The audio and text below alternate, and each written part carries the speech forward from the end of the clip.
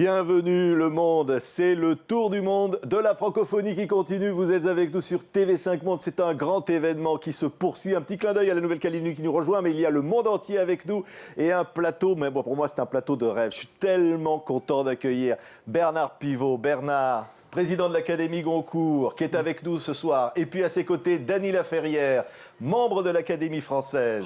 Merveilleux écrivain, et puis on ne le présente plus. En ce moment, il raconte au Théâtre de Paris. Ces écrivains qui nous parlent d'argent, c'est Fabrice Lucchini. Fabrice est avec nous. Merci Fabrice. C'est gentil. Parce que la langue française, c'est ça qui fait vibrer le cœur de l'homme que vous êtes depuis toujours. Oui, oui, oui. Oui.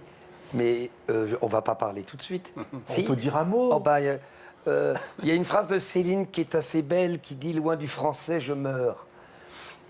Loin du français, je meurs. Et il y a une chose unique, miraculeuse, hallucinante, c'est l'incarnation. Alors évidemment, La Fontaine et Molière en sont les exemples les plus époustouflants.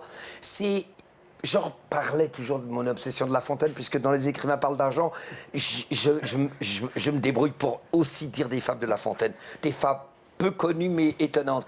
C'est qu'on ne sent plus du tout le geste de l'écriture. Le miracle de La Fontaine, c'est le miracle de la langue française, c'est qu'à un moment, on ne sent plus la fabrication. Et c'est pour ça que le XVIIe est un siècle pour un acteur essentiel, parce que c'est le siècle qui nous donne la contrainte et qui produit la liberté. Et pour un acteur, il n'y a rien de mieux que d'être au milieu d'une contrainte pour trouver la véritable liberté. Et la langue française est nourrissante, prodigieuse. Je suis très ému. Bernard Pivot a été très important dans ma vie. Ouais. Monsieur Laferrière, faut pas l'emmerder parce que c'est l'incarnation. On va pas l'emmerder d'ailleurs. Hein. Une grande incarnation. Bernard, quand est-ce que la merveille... Et puis alors, on va justement... Peut-être c'est Fabrice qui va nous la présenter parce qu'on a une chance inouïe ce soir. On a une chanteuse merveilleuse qui nous fait un cadeau formidable. C'est de chanter en direct. Fabrice. Est-ce que tu as la gentillesse de chanter? Absolument, Fabrice. Pour vous, je ferai n'importe quoi. Voilà. Vous êtes adorable. C'est la merveilleuse Nolwenn Leroy qui est avec nous. Elle a un disque merveilleux qui s'appelle J'aime. Ne la réduisons pas aux yeux bleus, au fait qu'elle est jolie. C'est une grande artiste. Parce qu'elle ne fait pas les pas ce qu'on appelle en force vocale. Et pourtant, il y a des reliefs, il y a des ruptures, il y a des nuances. Malheur à moi, je suis nuance, disait Nietzsche, on attaque. Allez, avec Sébastien à la guitare. Merveilleuse Nolwenn Leroy d'être avec nous. C'est en direct, c'est une exclusivité sur TV5 Monde, rien que pour vous. On rêvait d'irréel, de joyaux sous les pierres, de pépites dans le lit des rivières. Sous nos crânes de cristal, des fantômes d'illusions nous cachaient le néant et le mal. Moi je veux chercher, moi je veux creuser, trouver sous la pierre, trouver sous la chair, ces gemmes arc-en-ciel, arc-en-ciel, arc-en-ciel. Si mon cœur est pur, si je m'émerveille,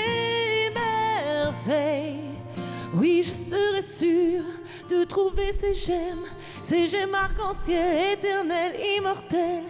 On tenait palpitant sous nos peaux d'érythrée, dans sa cage, un rubis non taillé. Moi je veux chercher, moi je veux creuser, trouver sous la terre, trouver sous la chair, ces gemmes arc-en-ciel, arc-en-ciel, arc-en-ciel. Si mon cœur est pur, si je m'émerveille, oui, je serai sûre de trouver ces gemmes arc-en-ciel, éternelles, immortelles. Moi je veux chercher, moi je veux creuser et trouver ces gemmes. Et celui que j'aime passe-t-il loin du ciel, sur la terre, dans ma chair. Moi je veux chercher, moi je veux creuser, trouver sous la terre, trouvé sous la chair ces gemmes arc-en-ciel, arc-en-ciel, arc-en-ciel. Si mon cœur est pur, si je m'émerveille, oui, je serai sûre de trouver ces gemmes arc-en-ciel, éternelles, immortelles. Merci beaucoup.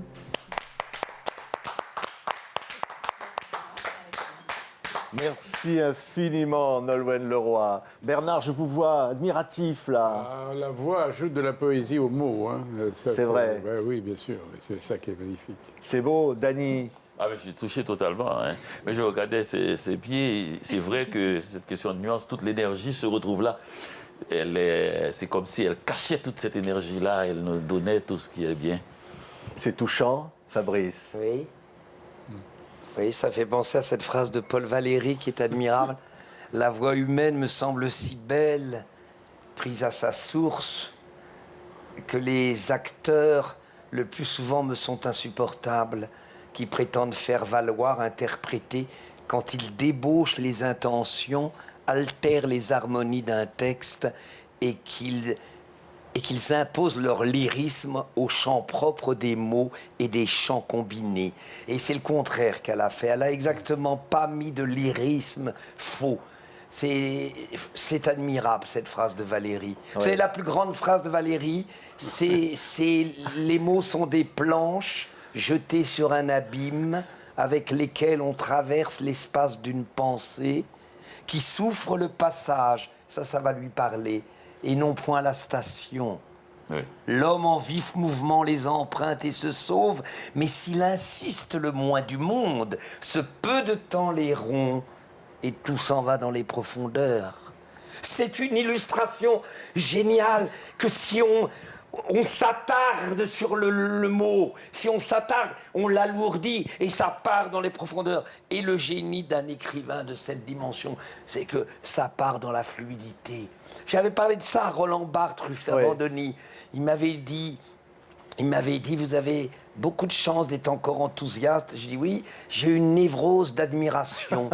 Je suis comme... j'adore Sioran et on admire. Et toi, tu fais le lien, c'est ton boulot. T'es TV5 Monde, je ne te connaissais pas profondément, mais je te tutoie parce qu'on est dans une ambiance socialiste. Et il y a Daniela Ferrer, alors vas-y. On va se tutoyer. Hein, tu es Nolwenn, physiquement étonnant. c'est le monde entier qui nous écoute et c'est touchant. L'album, là, il vient d'arriver, s'appelle J'aime. Mais c'est GE2ME. GE2ME, oui, absolument. c'est quoi? C'est un... C'est la pierre précieuse à travers laquelle passe comme la l'amour. lumière. Et oui, en ce moment, je l'épelle très souvent. D'ailleurs, je fais souvent référence à Monsieur Pivot. Souvent, on me dit j'aime, mais j'aime, J'. Je fais non, une j'aime. Ouais. Et c'est vrai que tout le monde ne connaît pas la signification du mot j'aime. Alors, je l'explique à chaque fois. Et oui, c'est la lumière. C'est la lumière qui vient de l'ombre, de la pierre sombre que l'on taille et qui devient j'aime.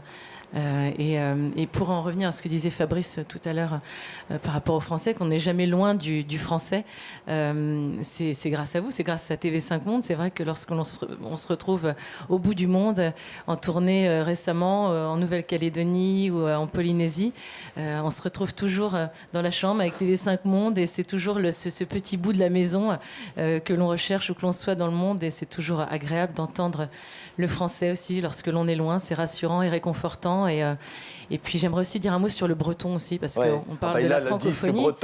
Et c'est vrai tout que le monde a aimé, le breton aussi et les langues régionales font aussi partie de la francophonie, donc c'était important aussi d'en parler, bien sûr.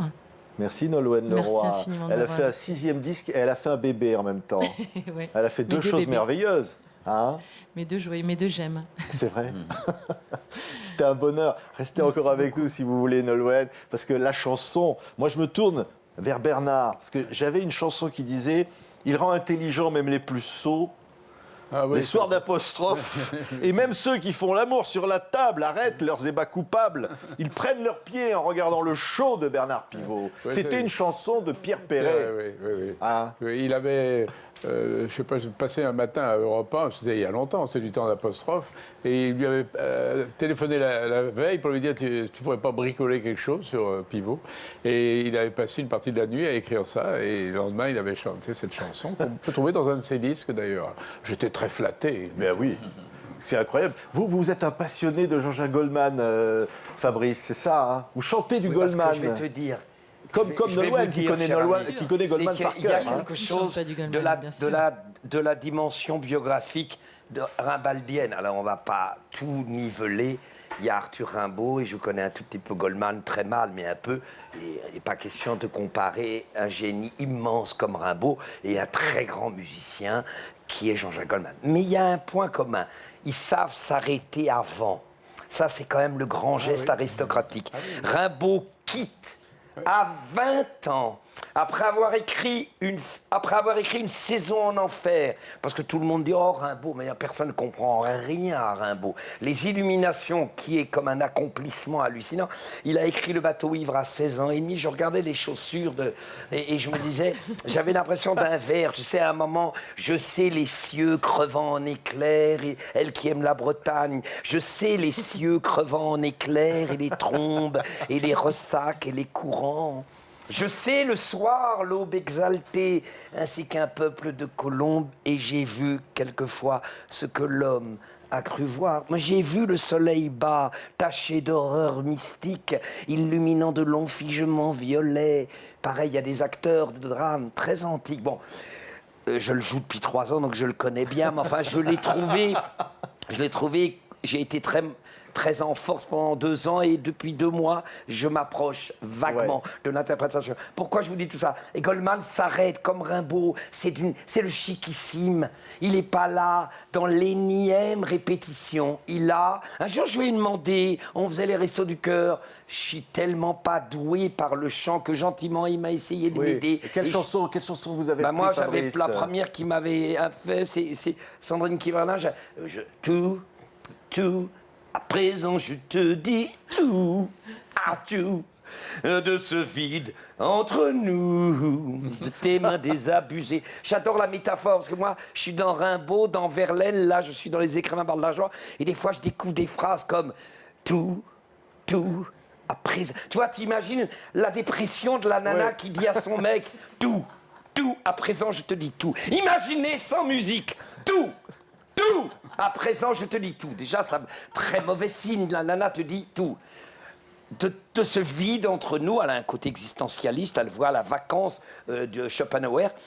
De ce vide, de tes mains désabusées, l'érotisme, le concept de la demi-molle. Il n'y a plus devant une jeune d'érotisme. fille, une jeune maman. Mais alors attends, elle est grande, elle est dionysienne. dionysienne, et la phrase de Nietzsche est nette, la femme est une énigme, et tout est énigme chez la femme, écrit Nietzsche dans Zarathustra. La seule réponse à cette énigme est contenue en un mot, la grossesse, et l'homme n'est qu'un moyen vers ce but, ainsi parlait Zarathustra. Et juste une phrase, et après je me tais.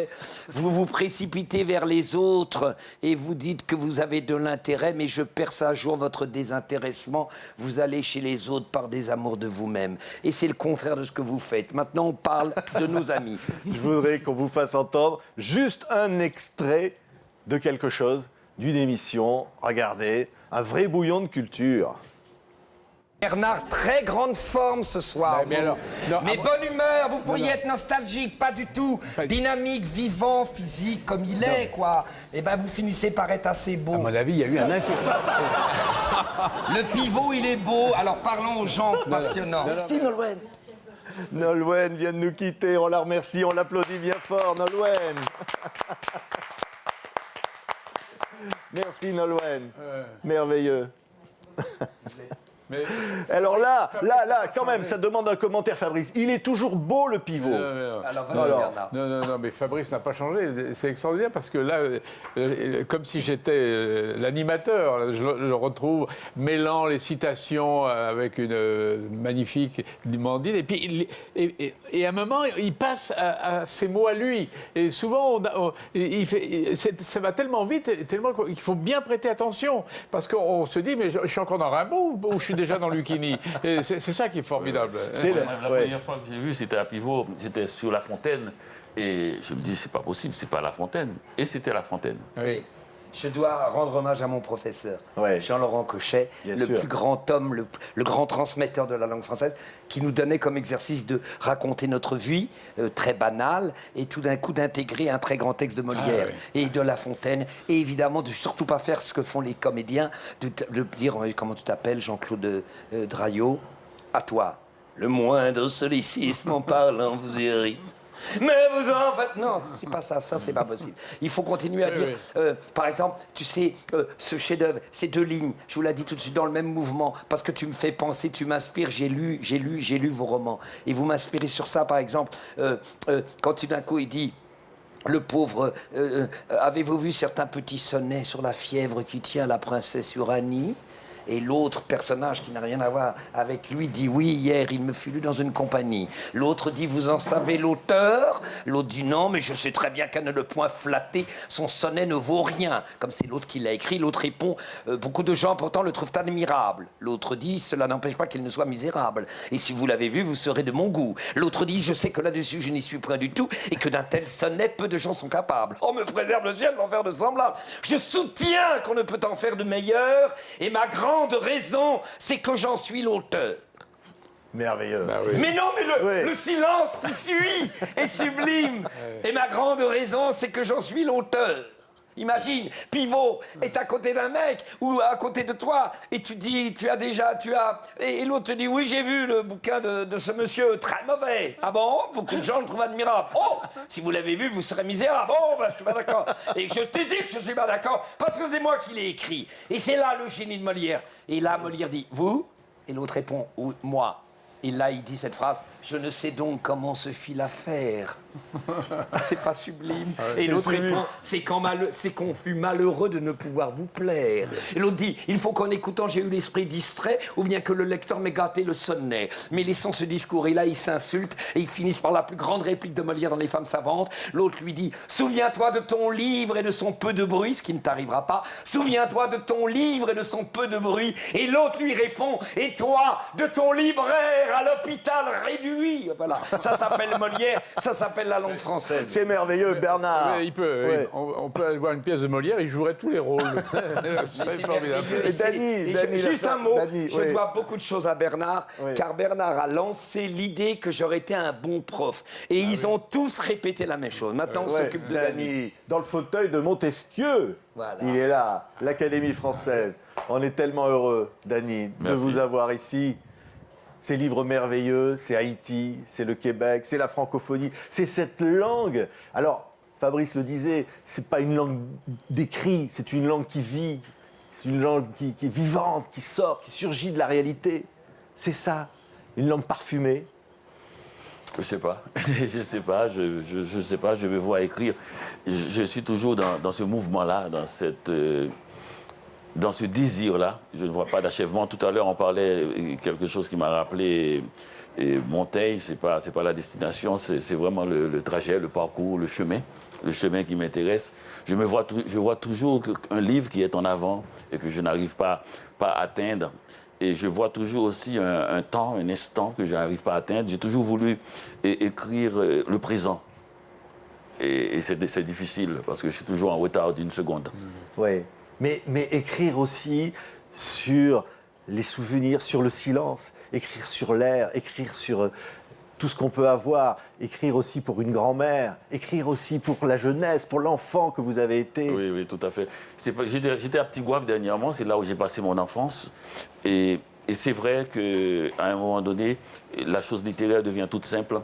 J'ai voulu que tous ces gens-là qui étaient autour de moi, qui m'ont permis de traverser la nuit de la dictature, et je voulais les mettre dans un livre. Je pensais que ces gens-là méritaient d'être dans la fiction, d'être dans un livre.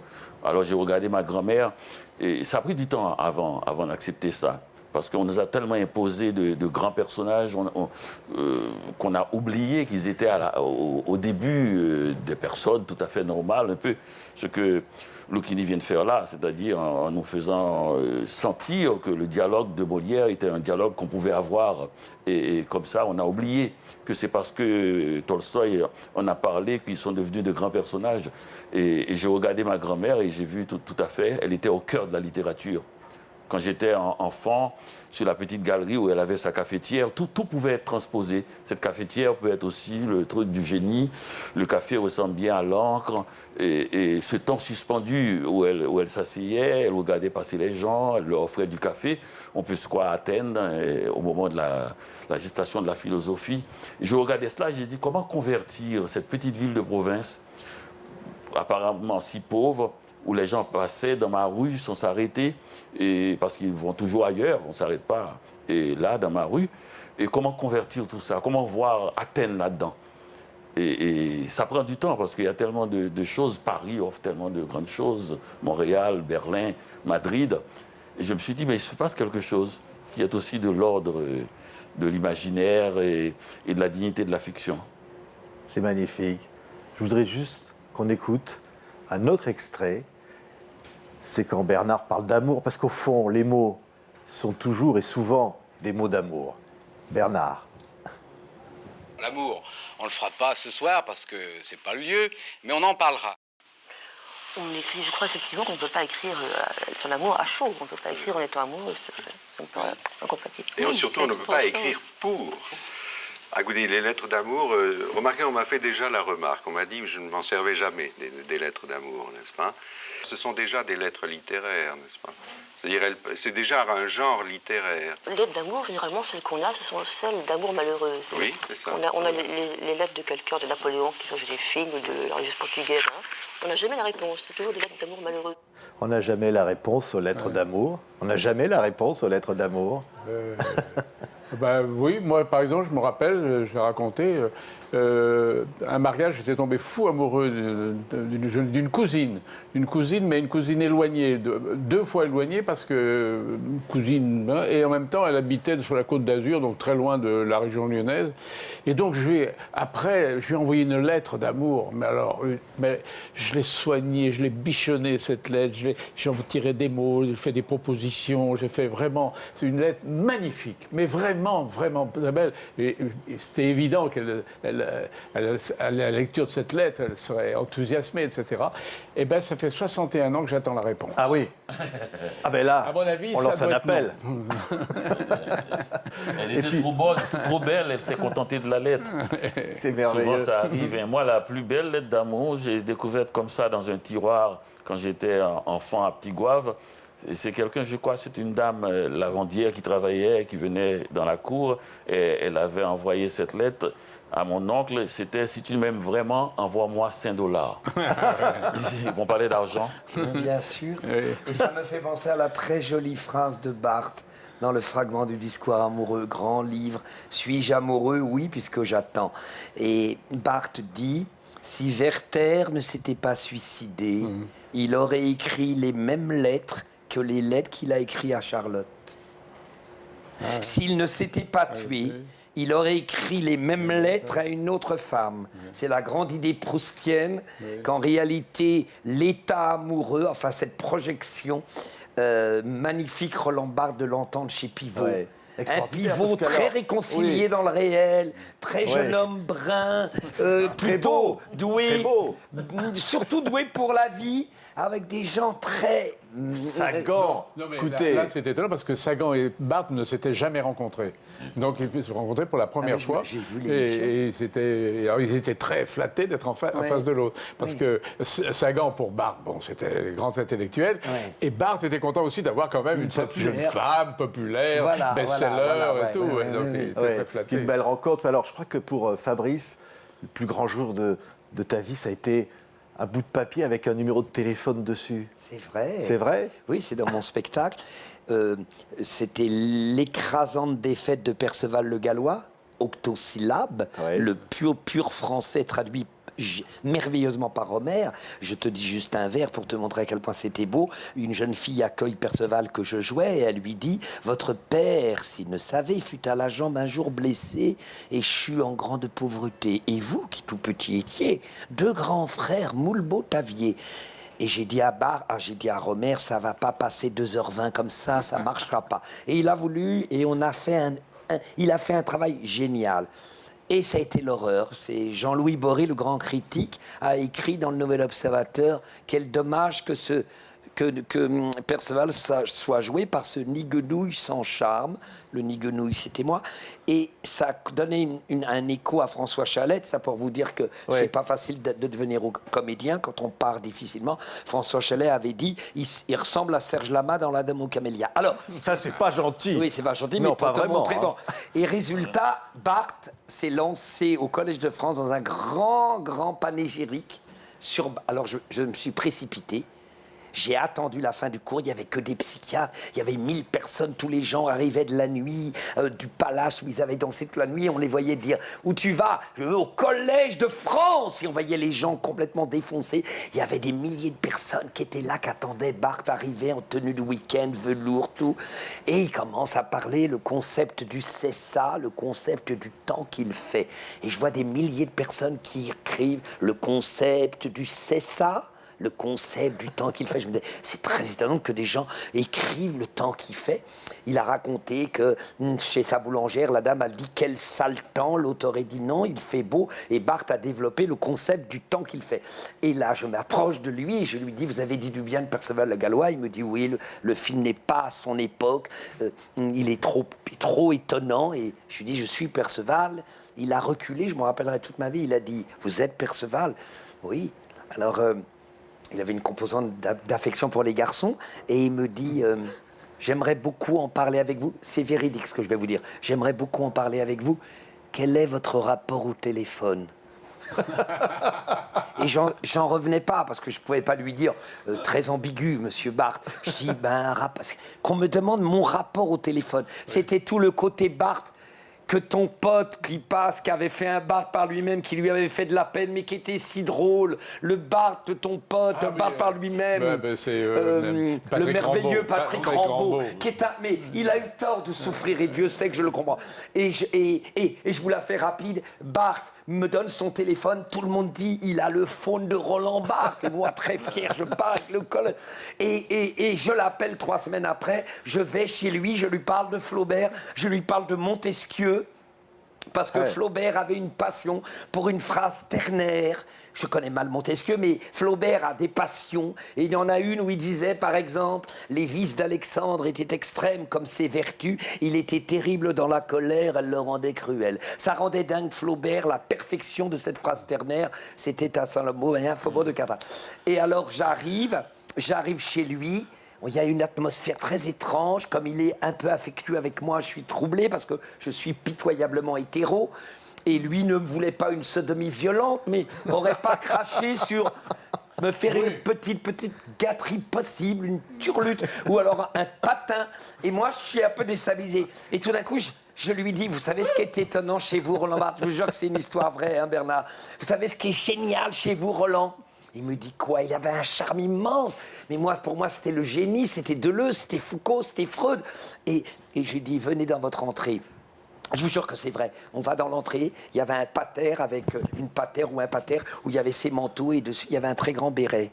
Et je le regarde et je lui dis, vous, Roland Barthes, inventeur de la sémiologie, inventeur du principe du plaisir du texte, vous, le génie littéraire qui déstructurait tout le roman, la déconstruction, vous avez un béret.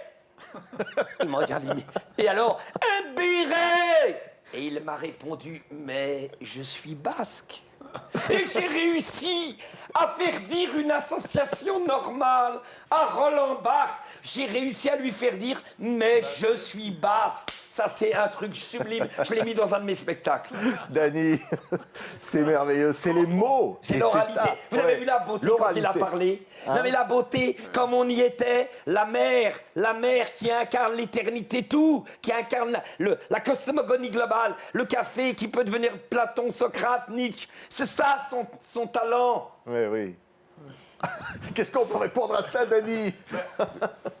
Dany, entre autres mérites, mais il a dit ce que doit avoir un écrivain pour écrire une œuvre. Il doit avoir de bonnes fesses. C'est vrai. Mais c'est physique, écrire aussi. Ben oui, parce que si tu n'as pas de bonnes fesses, tu ne peux pas écrire. Pas seulement une Remington. Parce que voilà. Oui. Ça veut dire rester très souvent assis. Oui, Ben oui, rester souvent assis. Parce que tout nous pousse à nous lever, à la regarder par la fenêtre. Mais il y a quelques écrivains qui ont écrit debout. Victor Hugo. Victor Hugo écrivait debout. Rimbaud. De bonnes chevilles dans ce cas-là. Rimbaud. Mais c'est-à-dire la position fixe. La position fixe, il y a beaucoup de gens, même enfants, qui ne peuvent pas rester et sans bouger. C'est un art qui est proche du cordonnier, de celui de la couturière. Ce sont des métiers où il faut rester tranquille, où il faut rester assis. Ouais. La langue, si elle ne veut pas se scléroser, elle doit frémir, elle doit bouger, elle doit s'ouvrir, Oui. Bernard. Alors- Et elle doit inventer des mots. Oui. Et alors, d'ailleurs, bah oui. Oui, bien sûr. Et ben, par exemple, il y a un terme du cinéma, c'est bancable. Alors, Bankable. Non, ça c'est en anglais. Non, bancable. Il est bancable. Fabrice est bancable. Ça, c'est Ça, évident. Les producteurs mettent du pognon sur lui, ça c'est vrai. Donc il est bancable. Alors pourquoi pas, moi je suis pour, hein, un néologisme, c'est bien, c'est très bien. Le problème, c'est qu'ils l'écrivent avec un K. Et, au lieu de mettre banque, Q-U-A-B-L-E. Et là, je suis contre. Ah bah t'as raison. Tu comprends, je suis T'as contre. raison. Oui. Bancable, non, pas de K. Mais surtout pas de cas. Mais oui, bancable, B-A-N-Q-U-A-B-L-E. Là, je suis pour. Mais pas mais de par contre, K. vous êtes pour... Petite anecdote d'Éric Romer qui supportait pas le franglais. En fin de journée, les gens disent souvent « Vous venez, toute l'équipe technique, on se donne rendez-vous pour aller voir les roches. » Et Romer disait « Je vous interdis de dire les roches. » Alors les gens disaient « Mais qu'est-ce qu'on va dire ?» Faites ce que vous voulez, vous dites on va voir les bouts.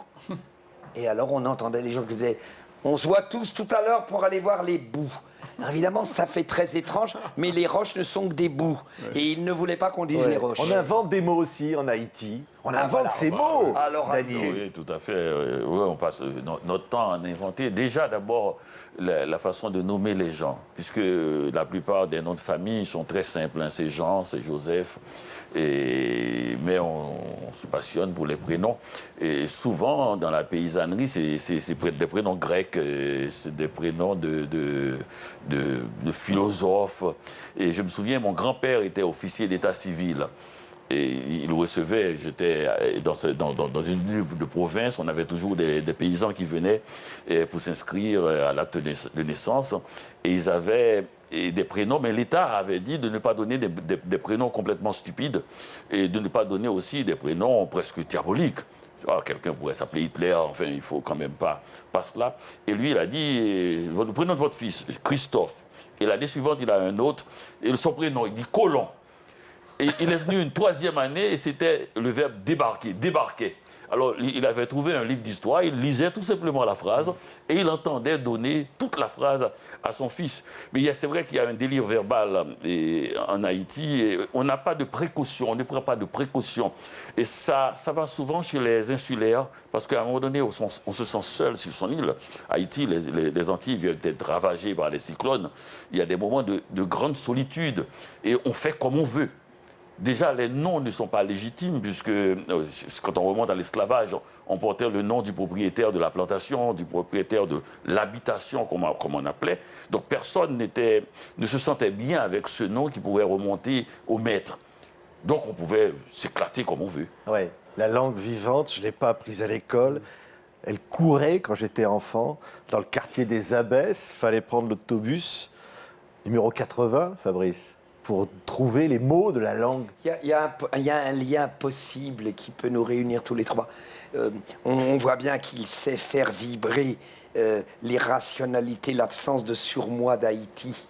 Cette espèce de tradition orale mélangée, mystique et en même temps sorcellerie. Je dis sorcellerie parce que je ne connais pas les termes. La première fois que la langue m'est arrivée, c'est une chose un peu à la Haïti. C'était des voyous aux Abbesses, des gens qui avaient été délinquants, graves, assassins, tout ça. Et il y en avait un qui demandait, il était 19h20, dans la nuit, place des Abbesses, 19h20, soir d'octobre. Et il lui disait, accompagne-moi aux prises uniques. Et j'écoutais ce dialogue surréaliste. Le gars résistait à l'idée de l'accompagner, aller acheter des chaussettes. Non, je te dis. Et à un moment, j'ai entendu, tu veux vraiment pas m'accompagner? L'autre, il dit non. Et il lui a dit, tu te dérobes? J'ai trouvé ça totalement génial. Tu te dérobes. Oui. Pour... ça donnait une dramaturgie au rien. Tu te dérobes et le mot arrache. Allez, on s'arrache. Il n'y a rien de plus beau de dire allez, on s'arrache. On s'arrache. Voilà où la langue, elle est géniale. Et pourquoi ces lignes derrière l'abjection? Pourquoi Céline, en ce moment-là, dans mon spectacle, Les écrivains parlent d'argent, je redis encore, pour une surprise s'en fut une, 1929, la découverte de New York, une surprise s'en fut une, à travers la brume, c'était tellement étonnant ce qu'on découvrait soudain que nous nous refusâmes d'abord à y croire. Et puis tout de même, quand nous fûmes en plein devant les choses, tout galérien qu'on était, on s'est mis à bien rigoler en voyant ça droit devant nous. Figurez-vous qu'elle était debout, leur ville, absolument droite. New York, c'est une ville debout. On en avait déjà vu, nous, des villes. Écoutez bien le génie de la langue. On en avait déjà vu, nous, des villes, bien sûr, et puis des belles encore, et des ports, et des fameux même. Mais chez nous, n'est-ce pas, elles sont couchées, les villes, au bord de la mer ou sur les fleuves. Elles s'allongent sur le paysage, elles attendent le voyageur. Tandis que celle-là, l'américaine, elle ne se pâmait pas, non. Elle se tenait bien raide, là. Pas baisante du tout, raide à faire peur. Mais comment il a amené cette espèce de chanson, la chanson célinienne, le mélange de Madame de Sévigné avec de l'argot. Donc la langue m'est arrivée par les voyous des abbesses et après par Céline. Ce que je voudrais, c'est que, si tu permets, c'est que Dany raconte comment, dans chaque pays, il faut défendre une langue souvent qu'on n'attend pas. Rappelle-toi, tu m'avais raconté ça quand j'avais fait le double jeu avec toi. Ah, oui, tu te rappelles? Absolument, je me rappelle très bien. C'est qu'en Haïti, naturellement, il y a toujours un débat dans les pays qui ont été colonisés sur quelle langue on doit parler, quelle est la langue la plus légitime. Et naturellement, la langue du colonisateur est prise à défaut et attaquée. Donc le français. C'est le créole qu'il fallait. Donc on défend le français. Alors je quitte Haïti, j'arrive à Montréal, le pays de langue française, langue un peu trouble pour moi. On dit non, pas du tout, il faut défendre le français. C'est le français qui est la langue du colonisé ici. Donc c'est l'anglais qui nous colonise. On parlait du Canada anglais en fait. C'est l'anglais qui nous colonise. Je quitte Montréal, je vais à Miami. On dit non, il faut défendre l'anglais parce que l'espagnol nous envahit. Et finalement, ça veut dire quoi? C'est les gens qui sont en question. C'est pas les langues, hein, c'est les situations. Mais en parlant de langue haïtienne qui fait des découvertes liées à la culture et à la philosophie haïtienne, la première fois que j'ai été à l'émission de Bernard Pivot, c'était pour un livre Pays sans chapeau. Ouais. Et c'est une merveille. Ce titre n'est pas de moi. Et il est de la culture haïtienne. Pays sans chapeau, ça veut dire que les Haïtiens avaient remarqué que personne n'avait jamais été enterré avec son chapeau. Donc l'au-delà, c'est un pays où l'on ne porte pas de chapeau. Et c'est extraordinaire parce que c'est peut-être l'une des rares fois dans l'histoire humaine que le marchandage avec l'au-delà ne soit pas quelque chose, un deal affreux, comme on pourrait dire, et un contrat affreux entre l'enfer, un contrat, hein, c'est bien de dire mal pour dire bien après, un contrat affreux entre l'enfer, le paradis, le purgatoire, une affaire d'âme, c'est juste tout simplement un endroit où l'on ne porte pas de chapeau. C'est bien. Écoutez, c'est une bonne définition. Oui, pays sans chapeau. Oui. Et on le dit dans le langage populaire, il est mort, ça veut dire il est passé au pays sans chapeau. Les mots, Bernard les a toujours défendus, même jusqu'à parfois l'absurde. Écoutez. Non, mais je dois te faire remarquer. Bernard, un extrait. Tu veux? Oui. Ah bah si tu veux, oui, vas-y. Allez, on écoute. Si vous avez les esgourdes un peu délicates, faites gaffe ce soir, car j'ai là quelques clients qui n'ont pas leurs escalopes dans leurs fouilles et qui sont bien capables d'en jacter des vertes et des pas mûres. On peut acheter quelque chose avec rien, vous le saviez ça? Bien sûr. En le multipliant. Une fois rien, on sait rien. 2 fois rien, c'est pas beaucoup, hein, mais 3 fois rien. Pour 3 fois rien, on peut déjà acheter quelque chose. Et pour pas cher. Alors maintenant, si vous multipliez 3 fois rien par 3 fois rien, rien multiplié par rien égale rien, 3 multiplié par 3 égale 9, ça fait rien de 9. Oui, ben, parlons d'autre chose. C'est extraordinaire, là. Oui, Bernard. Tu sais qu'aujourd'hui, c'est la journée contre la maladie d'Alzheimer. Oui. Eh bien, c'est quand même une bonne occasion aujourd'hui de se rappeler l'importance des mots dans notre vie. Parce que moi, je pense à toutes ces personnes âgées. Les mots sont tirés comme des étourneaux. Ils sont tirés. Ils avaient des mots dans la bouche, ils avaient des mots dans le crâne, ils se sont tirés. Ou s'ils sont restés, ils sont dans un désordre absolument épouvantable dans leur tête, dans leur bouche, et ils sortent des phrases, on dirait de la poésie surréaliste. C'est effrayant. Et je veux dire que dans une journée comme celle-ci, parce que moi je suis à un âge où on peut prendre cette maladie, elle est là, elle est à la porte, elle nous guette, et se dire quand même que rendons hommage aux mots, à notre langue, parce que l'usage des mots, c'est quand même un des grands plaisirs de la vie. On est tissé de mots. Et c'est vrai, on dit j'ai perdu la mémoire. En fait, c'est les mots qu'on a perdus. Ben oui, c'est les mots. Ouais. Les mots sont précieux, Fabrice. Oui, on ne peut pas dire plus beau que ça, oui. C'est-à-dire que ils sont le matériau pour arriver directement à la pensée de l'auteur. Mais il faut les déjouer dans notre métier. Il faut les aimer, mais pas les jouer. Les déjouer. Il ne faut pas dire ce qui est déjà dit dans la phrase. Vous voyez, là, j'apprends un texte pour jouer quelques heures avec Vidocq, avec Vincent Cassel, et ils m'ont donné un texte à apprendre depuis quelques jours. Et à un moment, le personnage va dire à Vidocq, joué par Vincent Cassel, c'est pas encore tourné, hein, c'est une espèce d'exclus, éviter. Je hais ces gens qui disent, qui finissent plus les mots. Et alors on va à une conf, c'est effrayant, la petite. Le pire mot, c'est. Non, mais moi j'ai envie de dire que c'était juste du bonheur. C'est terrifiant comme tic de langage sur ce que Céline appelle la fainéantise d'âme. C'est dire juste, c'est-à-dire qu'on ne peut plus faire ce qu'il a incarné, enrichir d'une tasse de café, d'arriver à Socrate et à Platon. Non, on dit, non mais c'est juste du bonheur. Ou alors le plus terrible, un diabolomante et on te répond, pas de souci. Toutes les secondes maintenant, les gens vous disent, pas de souci. Oui, on comprend bien qu'un diabolomante ne va pas produire un état métaphysique. Donc on sait bien que normalement, ça ne devrait pas procurer des grands soucis. Mais tout ça pour dire que je dois dire à Vidocq, vous voyez là, elle était là, la guillotine. On est dans un grand hôtel, elle était là, la guillotine. Avez-vous déjà assisté à une exécution publique, Vidocq? Alors Vincent Cassel va me répondre comme il aura envie. Tout le monde devrait avoir vu ça au moins une fois dans sa vie. La foule qui hurle, qui injurie, qui insulte, qui demande des têtes et des chaussures. Pour Marie-Antoinette, c'était une obsession. Ils réclamaient tous ses souliers. Ils exécutaient une reine et ils pensaient à leurs pieds. C'est une grande erreur, Vidocq, de confondre le peuple et la foule. Le peuple est souverain. C'est le plus grand legs de notre révolution. Mais la foule, elle, c'est une chose affreuse. Eh bien, c'est assez sublime dans les temps que nous voyons. Les populistes qui parlent du peuple. Moi, dans le spectacle, les écrivains parlent d'un, je dis du Péguy. Et quand Péguy parle du peuple, ce n'est pas un populiste. Le peuple, c'est très, très mystérieux. La foule, c'est autre chose. Ouais, c'est la force des mots, Dany. Les mots de combat, les mots qui font que l'on est.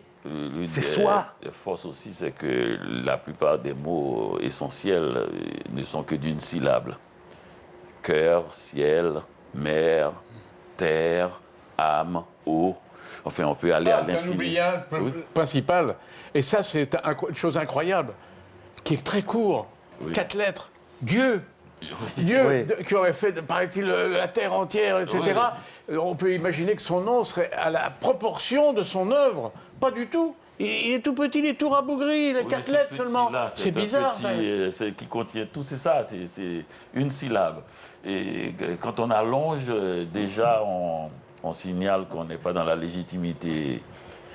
Et quand on allonge, on peut employer le mot que Louis-Ferdinand Céline a inventé, parce que vous le saviez peut-être pas, mais blabla est une invention de Céline, ça n'existait pas. Vous pouvez tous plonger dans vos dictionnaires. Blabla. Et pourquoi on a rajouté un troisième bla alors? Blablabla. Voilà. Mais le vrai blabla, c'est la grande thèse célinienne. Ils vont pas au nerf de l'émotion, ils vont dans le blabla. C'est une invention célinienne. Une sorte de dérive, etc. Tu l'écrirais en 2 mots ou en un seul? Chez Céline, il est écrit en 2 mots. Moi, je crois qu'il l'a inventé. Je le mettrais. Est-ce que je le mettrais en 1 mot, en 2 mots? D'instinct, je mettrais 2 mots. Oui. Et toi? Moi aussi, mais je crois que dans le dictionnaire, maintenant, il est en un seul mot. C'est passionnant, hein. C'est incroyable de les avoir C'est là. magnifique. Et toi? Toi, étonnant, parce Non. qu'enthousiaste, bonne humeur. Je ne fais rien. Tu n'es pas problémé. Ouais. Tu es Avant un l'émission, être- Bernard m'a dit tu as pris les plus grands bavards possibles. J'ai Mais- dit comme ça, je vais me reposer. Oui, mais on est des bavards qui donnons à chacun son espace. Ouais, ouais. On n'est pas du tout en train de se nier. C'est ces moments bénis où l'autre n'est pas une menace, mais une Absolument. résonance musicale. Là, c'est bien. Il y a une vraie Bravo. amitié entre vous. Merci. On s'applaudit. On s'applaudit. Ouais, on vous aime tous les trois. Eh ben, Mais on dit j'espère à bien tous les qu'ils gens nous qui aiment. aiment la France, c'est extraordinaire. Plongez-vous dans Balzac, plongez-vous, faites cet effort de lire. Il n'y a rien de pire, c'est très dur de lire. Il a fait ça toute sa vie. Mais moi, par exemple, j'ai un mal fou à lire. Je relis les phrases, je relis. Mais si vous saviez comme on se construit, comme on échappe au tam-tam ahurissant, qu'on échappe à tout grâce à la lecture. Je veux dire d'autres noms aussi. Ouais. Michel Tremblay, Régent Ducharme qui vient de mourir, Jacques Roumain, Jacques-Stéphane Alexis, Aimé Césaire, Wolsoyenka. Et aussi de ces noms, j'en ai parlé ce matin, on parle aussi, on oublie que si on lit Tolstoï, si on lit Dostoïevski, si on lit Tanizaki, si on lit Bulgakov, si on lit Borges, pour moi, pour ma part, c'est en français que je l'ai lu. Et là, je salue Édouard Glissant qui a dit « Je parle français dans toutes les langues du monde ». Qu'est-ce que c'est beau! Ouais. Qu'est-ce que c'est beau! Il faut la garder. Et un petit mot sur Sioran, qui a abandonné la langue roumaine pour parler français. Sioran qui a vécu son plus grand paroxysme en se promenant rue de Bussy un jour. Il a vu une concierge de l'hôtel, Lutetia, qui lui a dit « Bonjour, monsieur Sioran ». Et Sioran, qu'il aimait bien, lui dit « Comment allez-vous » Et elle aurait répondu « Ça suit son cours » et il est tombé en dépression nerveuse. Par ce concept de ça suit son cours. Et un jour, dans un immeuble, il y avait un général qui se plaignait tout le temps. Et Sioran devenait presque un homme optimiste. Il disait, mais ne voyez pas les choses trop en noir, arrêtez de vous plaindre. Et l'autre, tous les jours, disait, j'ai mal aux genoux, j'ai peur de perdre la tête, etc. Et puis, il se barrait, Sioran, je le mets dans mon spectacle, les écrivains parlent d'argent. Il lui dit cette phrase étonnante, il lui dit, Sioran finit par dire un lieu commun, il faut prendre les choses avec philosophie. Et le général aurait répondu obligatoirement, et Sioran est rentré écrire de l'importance des adverbes. T'aimes pas? C'est étonnant. Mais ce qui est extraordinaire, Bernard a dit aussi les silences de Marguerite Duras Ah, bah oui. étaient, Oui. étaient Oh, dans son incroyables. émission, Les silences je sont suis- aussi merveilleux je que les suis- mots. Et puis quand elle disait des choses hyper banales, je suis mitterrandienne. Et là, ça durait 1 heure. Et elle disait des phrases étonnantes. Les femmes jettent très peu. Je jette beaucoup. Oui, Bernard. J'ai oublié de citer, il y a un silence quand même qui est formidable, qui est historique. C'est le silence de Pompidou quand on lui pose une question sur l'affaire Gabriel Russier. Et il va citer des vers d'Éluard. Et il fait un silence, mais qui est long, il doit faire 40 secondes. 40 secondes. 40 Ouais. secondes. C'est très long. Et c'est très très long à la télévision, le C'est silence. étouffant, même. Mais c'est touchant. Et on le sent ému, on le sent comme ça. Et il sort les vers d'Éluard. Et c'est peut-être le plus beau silence de la télévision. Ah oui, c'est le Ouais. plus beau silence de la télévision. Magnifique. Oui. Se dire non, mais vraiment, vous êtes merveilleux. On est habité Fabrice, par une Dany, passion. Bernard, tous les trois là. Ouais, ouais. Ah, quel bonheur, c'est un moment de partage. Il nous reste 1 minute, on me dit, en Ah coulisses. bon 1 minute. Qu'est-ce qu'on peut dire en 1 minute? Eh bien, le silence de Ben, vive la langue Pompidou. française. On peut dire vive. Oui. Vive la langue française. La francophonie, qu'est-ce que c'est? La francophonie, c'est un pays, un pays qui est peuplé de combien de centaines de millions d'habitants qui ont. Et ce pays s'appelle la langue française. tout Ouais, simplement. Dany, Dany. on a 15 secondes. Allez, 20 secondes. C'est difficile de refaire le silence de Pompidou, mais j'aurais essayé. Jean d'Ormesson a eu la gentillesse de partager un grand papier dans le Figaro Magazine. Et il y a quelqu'un qui lui a dit « Vous êtes né d'une famille très riche, avec la cuillère en or dans la bouche, enfin tous les trucs poncifs habituels. Fabrice Lucchini vient d'une famille italienne immigrée, il est né à Barbès, Rochechouart, etc. Comment vous vous situez tous les deux ?» Et il a répondu « Nous sommes nés dans le même endroit, nous appartenons au même pays, le pays de la littérature. » Merci beaucoup. On Vraiment, embrasse Jean on a d'Ormesson. envie de vous applaudir Oui, tous les trois. il aurait dû être là, On ouais. était en direct dans le monde entier pour le tour du monde de la francophonie sur TV5 Monde. J'appelle, restez encore avec moi, j'appelle Tahiti, c'est la magie de la télévision, Fabrice. Tahiti est avec nous, Lovaina Chapman et Éméré Teiva. On va les retrouver dans quelques instants. Eh bien, je vais simplement leur passer la parole. On va vous donner le flambeau à toutes les deux. Merci Patrick et bienvenue à tous. À Papeete, capitale de Tahiti, nous rejoignons ce tour du monde de la francophonie pour vous montrer comment les Polynésiens la vivent ici. Et c'est avec les élèves de l'école primaire de Pinay interprétant l'hymne territorial que nous vous embarquons en Polynésie. Merci beaucoup. Bernard Pivot était avec nous. Merci Dany Laferrière. Merci Fabrice Lucchini qui est si rare à la télévision, qui est venu. Il est minuit à Paris. Il est minuit. Regardez les chaussettes de Dany. Il est venu habillé comme ça, rien que pour nous, rien que pour vous. On était ravis. À très bientôt. C'était un merveilleux moment que nous avons passé ensemble. Le tour du monde de la francophonie avec TV5 Monde continue encore jusqu'à demain. Des heures et des heures de programme. Après le journal, on va à Tahiti. Merci à tous. Merci beaucoup. Merci. C'était merveilleux.